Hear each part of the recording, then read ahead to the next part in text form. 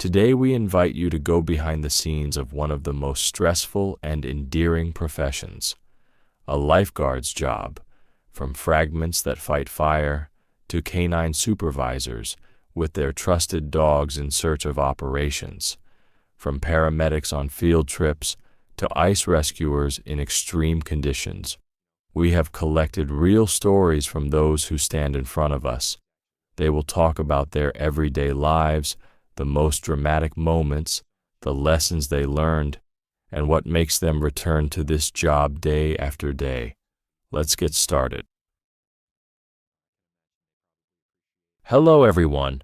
This story is a part of my 2-year journey with the Extremum Volunteer SAR team from St. Petersburg, Russia, which began in late 2023 with the evacuation of the elderly woman found alive after 8 days lost in the forest. It was the end of September 2025, the peak of mushroom season. A major 2-day deployment of rescuers to the remote district of our region was being prepared. Assembling volunteer teams for SAR operations in such a distant place, hundreds of kilometers from home, is difficult, and a major 2-day operation is a precious chance for those who are lost in the forest so far away from the city. I'm assigned to the group with rescuer Eugenie and driver Marina. We had an early start on Saturday, and prior to that, Eugenie had arrived by the first train from his hometown, a 2-hour ride from St. Petersburg. Overnight, our plans change. A previously missing person in the border zone near Finland was found, and our group is redirected to another remote location to the east. Some 320-kilometer drive with Marina at the wheel. During the nearly 5-hour drive, the second missing person has been also located, and our group is redirected again to assist another volunteer SAR team to find the woman Lyuda, 70, who had driven into the forest in search of mushrooms, became separated from her husband, and then lost. By this point, the missing woman had spent about 24 hours in the forest. Imagine what an elderly, unprepared person feels on a September night, alone in the woods, many hours' drive from the city. Darkness, fear, unfamiliar sounds. You just want to squeeze your eyes shut and not open them. Feet soaking wet from stumbling into a stream, no warm clothes, and at night, a downpour falls, making it impossible to light a fire. Only one thing is on our minds. If only the missing woman had enough strength left to respond to our voice calls. There is still time, although the clock is ticking relentlessly, and with each new rainfall, the chances of a quick find diminish. Marina stays with the car, and Eugenie and I head into the forest. Our task is to follow the route assigned by the search director in the far zone, 2 to 4 kilometers from the last known point, stopping every 200 meters and calling out the missing woman's name as loudly as we can, and then listening carefully. Over the 15-kilometer route, we will shout the name Lyuda no less than 150 times, but the chance to hear a response may come to only one of the search groups. The forest passability is fine, and it's fairly dry, but during the day, a heavy rain falls for several hours, the wind blows, and the rugged terrain makes sound travel completely unpredictable. The chances of hearing the response of the missing woman in such conditions are very low. This is how the 6th hour of our search ends. The temperature is +11 Celsius and gradually falling. At sunset, the weather improves, and the rain subsides, and then a miracle happens. For the first time in my rescuer's career, I hear a responding cry, completely indistinct, but unmistakably a human voice. We both shout, "There!" pointing in exactly the same direction. We call out several more times. The response repeats. We move to investigate. Maybe it's just a coincidence, just a random mushroom picker. But in our minds, we both know that in this forest and in such weather, it can only be our Liuda. It's getting darker by the minute. We move very fast, and after 230 meters, we find her. Liuda? Yes. The feeling at that moment is unforgettable. I felt like I could just take off and fly for joy. It was incredibly lucky that in such difficult conditions, at the very limit of audibility, our work paid off. And this happened some 3 kilometers from the last known point. Although perhaps we were just working thoroughly by the book. For long hours, you shout, listen, walk, dozens of times in a row, with minimal chance of hearing an answer. Now, that dull repetition has paid off in full. The missing woman had had only a pair of rubber boots she'd miraculously not lost in a swamp, her car keys, a basket, and a light sweater. In the cold, grim forest, she had spent a day and a half by then, enduring several rainstorms. Fortunately, with our arrival, all that was in the past. We brought warm, dry clothes, food, and hot drinks for her. Most importantly, there would be no second night alone in the forest. We headed for the exit from the forest, where home, family, and a cat were waiting for Liuda. Liuda could walk with our support 700 meters to the road through the now familiar forest. However, after about 400 meters, it became completely dark, and we realized that providing support and navigating the night forest simultaneously was unrealistic. We called colleagues for help over the radio. Moving together became easier, and a few more hours later, well past midnight, we reached the road. The reunion with her relatives was all tears and embraces. As for us, Eugenie, Marina, and I, we pack up to head back to the city. Mission accomplished, and there was no need to spend the night so far away from home. Leisurely, with a stop for sleep, we returned to St. Petersburg by noon, 715 kilometers of driving and 12 hours in the forest behind us.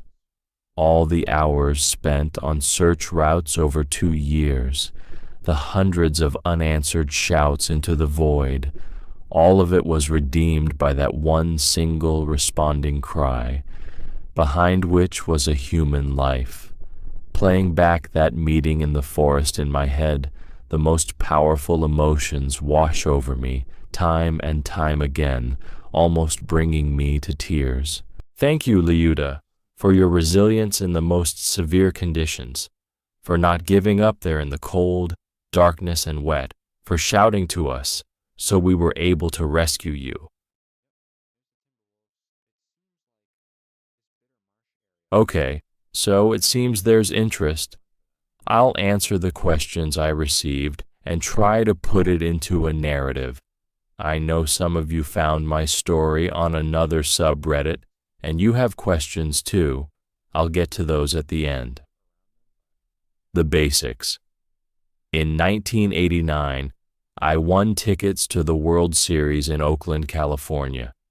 For reasons that don't really matter, my parents couldn't accompany me, and I ended up driving in with some friends of friends. I was 14, very excited about the game. As you might already know, an earthquake struck at 5:04 p.m., measuring a magnitude 6.9. My memory of the actual moment are quite hectic. We had taken a wrong turn somewhere and ended up on the Cypress Viaduct. I remember looking at my Mickey Mouse watch at 5:01 because I was really concerned about us getting parked at the stadium and into the stands in time. That's one of the last safe memories. I've heard people say that time slows down when bad things happen. That wasn't my experience. Instead, everything felt like it was on fast forward. Since we were in the back of a pickup with a camper shell, we, myself and another child, weren't wearing seat belts. As I said, I was looking down when the quake actually struck, and I do recall thinking that we must have hit a speed bump, because the sensation was one of feeling like my head hit the top of the camper shell, and then the briefest of free fall, milliseconds, and then, blam, another sudden impact. It felt like the world became incredibly small all at once. I remember dust pushing itself into my mouth, nose, eyes, throat, and ears. It's similar to getting rolled under big surf, except it's dust instead of water. I also felt heat everywhere. I still don't know what caused that moment of intense heat, but it was an abrasive heat, only there was no pulling away from it. It just flashed. And then I felt more heat near my feet. When I went to yell, I just sucked in more dust, and that was the moment when I genuinely thought I was about to die. Then, nothing, aside from some settling noises and weird sounds that I assume were coming from outside. I've had people ask me what the sound was like, and I have no answer. I think my senses were so overwhelmed that I just didn't register noises after the thump that I thought was a speed bump. As soon as we stopped moving, I realized that I was only partially in the car and that my body was not working quite right.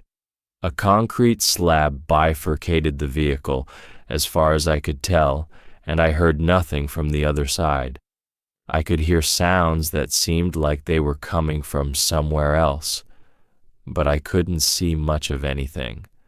I tried wiggling my body to see what moved, and I quickly discovered that my pants were hung up on something hot and metallic. I tried pulling my shirt over my nose, because the dust was just thick and suffocating, and I couldn't move my arms around enough to do that. I believe I was face down, nose pressed against slab and dust. My leg was still in a window, glass busted out and hung up. Once the dust settled a bit, I could see a little light just a few feet to my left, maybe 12 feet. But it may as well have been a mile because there was just so much stuff. Concrete chunks, metal and rebar, random items that didn't look like anything anymore, pieces of car, and, what sticks in my brain, there was a paperback book about 6 from my head, just sitting there perfectly. I even remember, once I reached it, that it was Firestarter by Stephen King. I tried hollering a little, and that stupid dust, did I mention that there was dust, was everywhere. I felt like I was choking. I started to panic pretty bad and may have hyperventilated because there's a bit of memory loss between this moment, seeing the book, and the next, hearing a voice. As I said, I know time must have passed, but I had no frame of reference because it was too dark to see my watch. Never got it back either, but not so dark that the little hole of light disappeared. I could still see it. I kept trying to move and my pants were caught.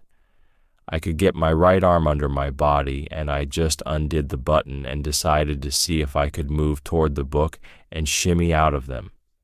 The space in front of me was about 16 tall and got slightly taller as you moved toward the edge.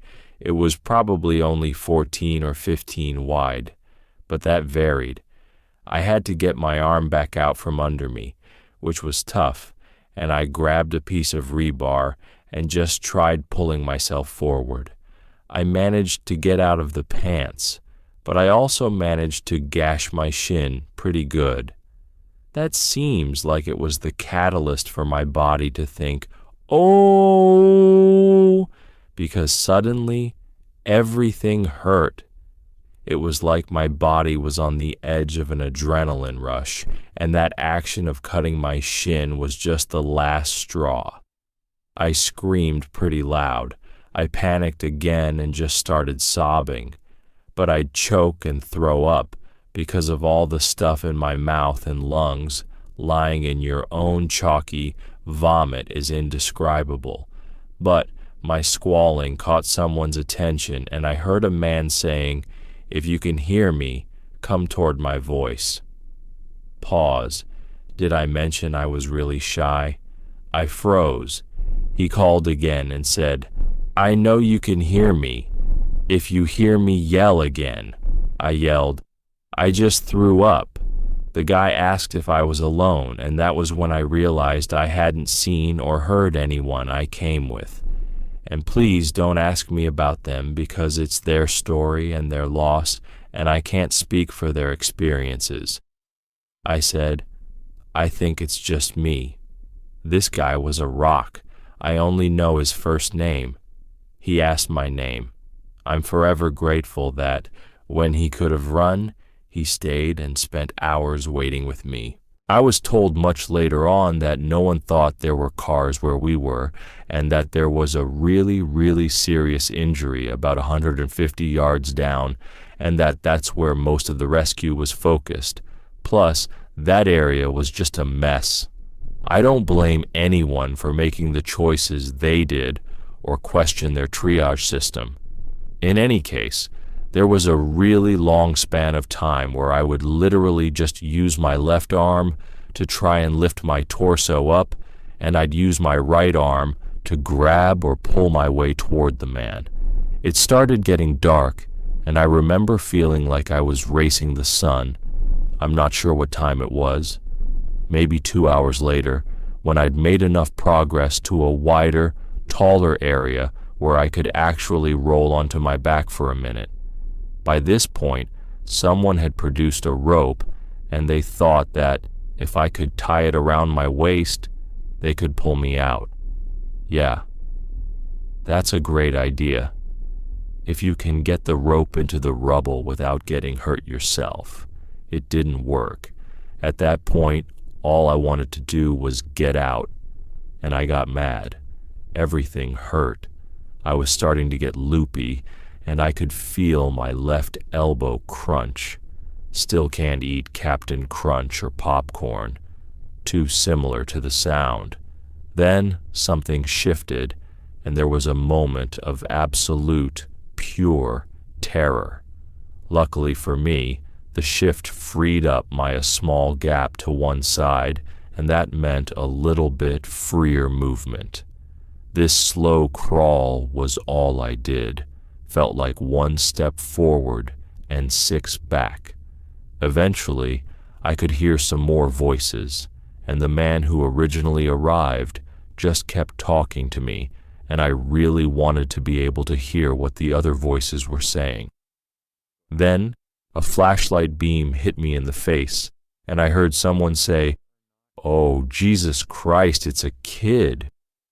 I reacted as any self-respecting, tiny 14-year-old would and said, "I'm 14. I'm not a kid." Hindsight being 20/20, I probably shouldn't have been so saucy.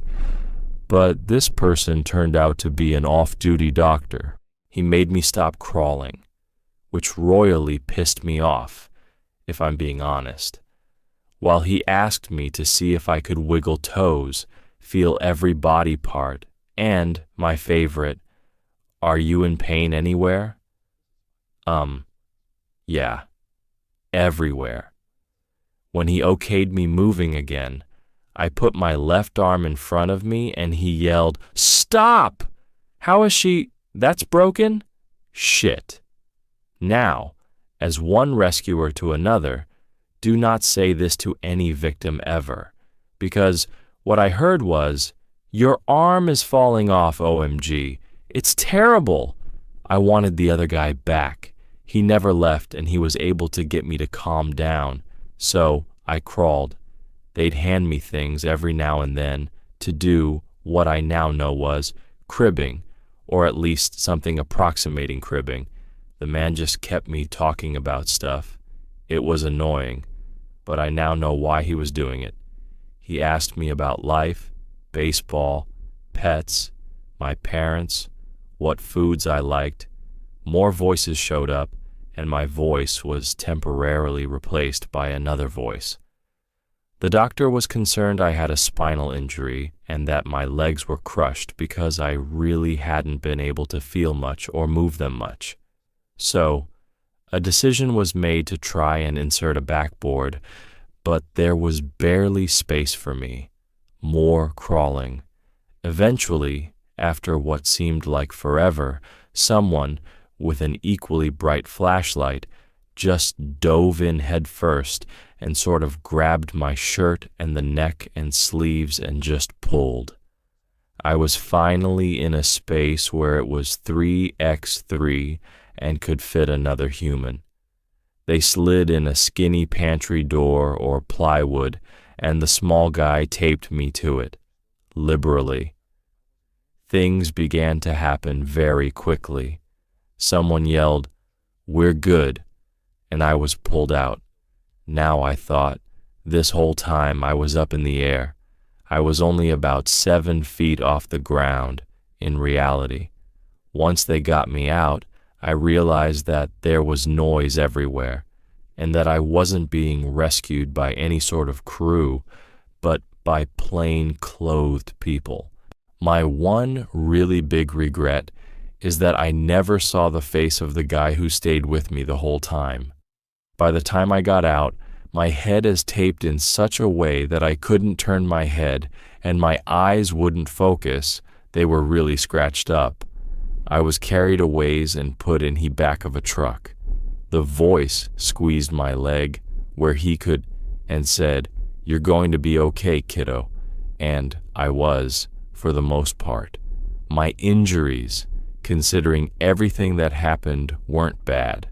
I had a busted elbow, an 8-inch long cut on my left shin, burns on my feet that required debridement and skin grafts, not a clue where my shoes went, and my right ankle, and a hairline fracture of my right femur. I got an infection in my eyes and pneumonia during my recovery, but other than that, my physical injuries were such that I healed well. Mentally, it was another story. I had D-time with riding in cars for about a year. Every in the road scared the crap out of me. I also felt abandoned for reasons, and I hated being alone for a while. I was terrified of confined spaces, still am, but it's not paralyzing anymore. Now to the questions. What you thoughts were while you were trapped. To me, understanding what's going through subjects' minds is super important. Were you panicked, chill, or just giving up on life? It varied. At first, I was in full panic mode, to the extent that I'm certain I passed out. That feeling came and went. If I had someone talking to me or something to do, I relaxed a bit. Mostly, I was frustrated and over it about an hour in. I just wanted it to be done. I was doing stupid stuff, like grabbing glass, just for the sake of moving it out of my way, and in hindsight, that was dumb. I vomited a few times, and I was that kid who vomited if I smelled vomit. So, that was a ridiculous cycle. I wouldn't say that I gave up, but I did have moments where I was just so tired and over it that I wanted to just sleep. But that was when the Q&A sessions would start, and that really kept me moving forward. Having someone probably what saved me from doing something even more stupid or being trapped longer. Fear is a strong motivator, but I wish the medical guy hadn't had such a visceral reaction to my arm, because seeing his face was what recharged my panic button. I try to remember that when I'm on calls, and we have injured folks. I try to stay even-keeled and professional. I also try to get them some form of light, flashlight, glow stick, whatever, so they can control something. Why weren't you rescued by experts? Thought about that until after high school. When I first signed up for volunteering with a SAR group in college, it occurred to me that, as far as I could tell and had been told, I wasn't handled by an actual unit or fire department. I could be wrong. I've read the little M and Dad had. It was lost in a flood later, and it is mostly hospital records, and those records recorded the detail about the pantry door, wood backboard, and duct tape splints. They kept me pretty sheltered for a while, which had pros and cons. What would you say to the man who first helped you? Thanks. I don't know if there's anything to say to him other than thank you. I still hear him in my head on occasion. I'd also thank the 5 people that stopped to help get me out and took me to a hospital. What one thing do you wish you'd had? Tier shoes. Legit. My kids think I'm bonkers for making them wear full shoes in the car when we travel and for having study tennis shoes by their beds for emergencies. But I picked glass out of my knees and ankles for years, and my feet were pretty badly burnt. Shoes that had laces and tied might have been better. Unfortunately, the other side of rescue is recovery. It's just part and parcel. As on your first, there is a slight satisfaction that your task is complete, and the family may have closure. A few more, that feeling is less so. Our sensations, etc., it really depends on a number of variables. If it's drowning and discovered on the first day, then not really much as far as sensations. If it's after 4 days and the only reason you have found them is that they started floating, think about it, then that's a gnarly sight. If it's a bushwalker that fell off a cliff and it's its first day, not so much sensation. One that went missing 7 days ago, in the middle of the Australian summer, then that smell ain't going nowhere anytime soon. Variables.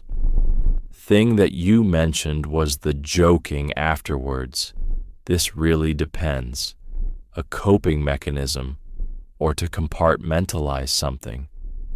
I find something funny. Complete, some leaders might use it to gauge the group.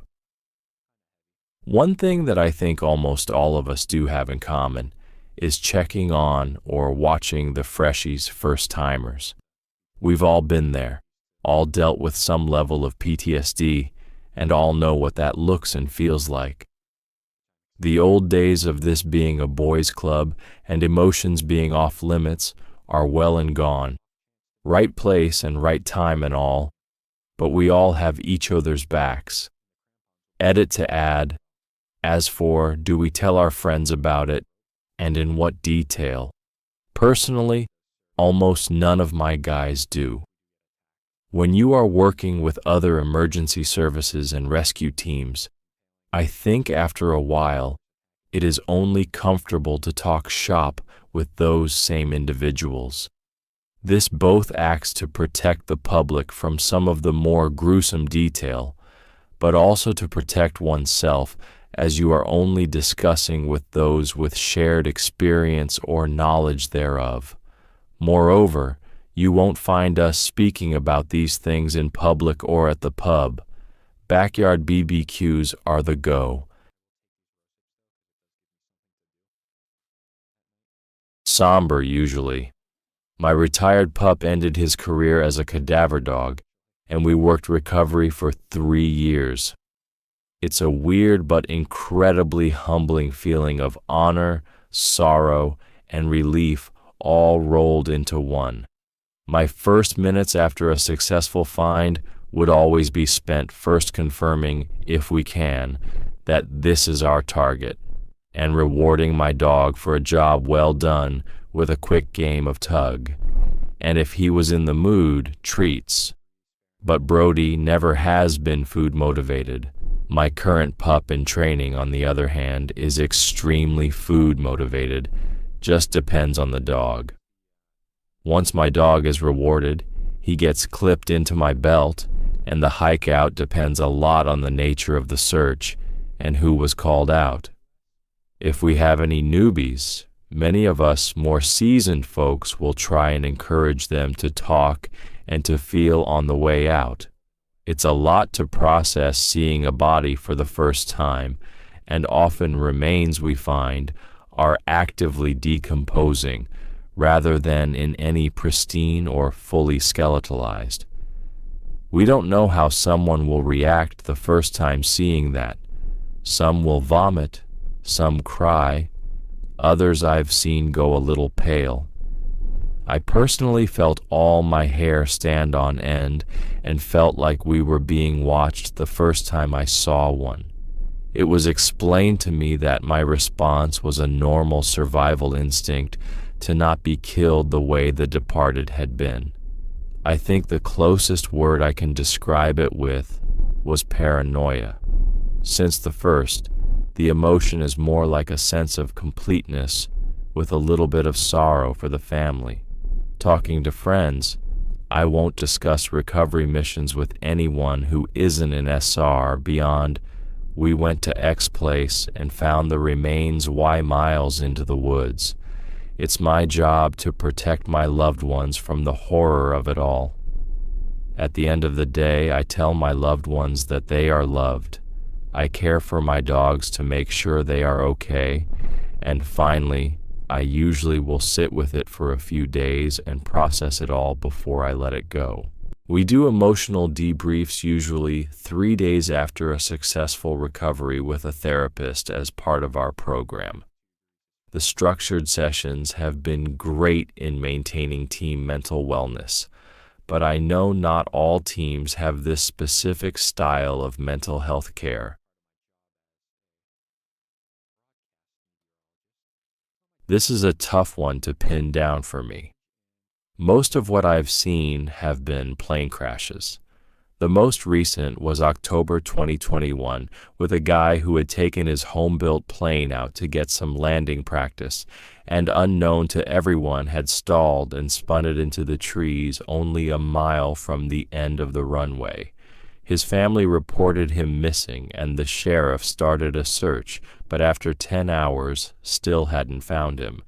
There was an emergency beacon, but although the sheriff helo could hear it, they had no way to DF it. We got there and started narrowing in on it, and within 30-ish minutes, we were at the crash. Radio DF is an important skill for SAR teams to have in the days of PLBs, ELTs, and EPIRBs. Although many of the deputies had seen many fatal car crashes, I could tell none of them were prepared for just how destructive and violent the aftermath of a plane crash can be. The engine was buried 7 ft in the ground, the cockpit was at ground level, and the rest of the plane had folded up and looked like a bent-up Diet Coke can.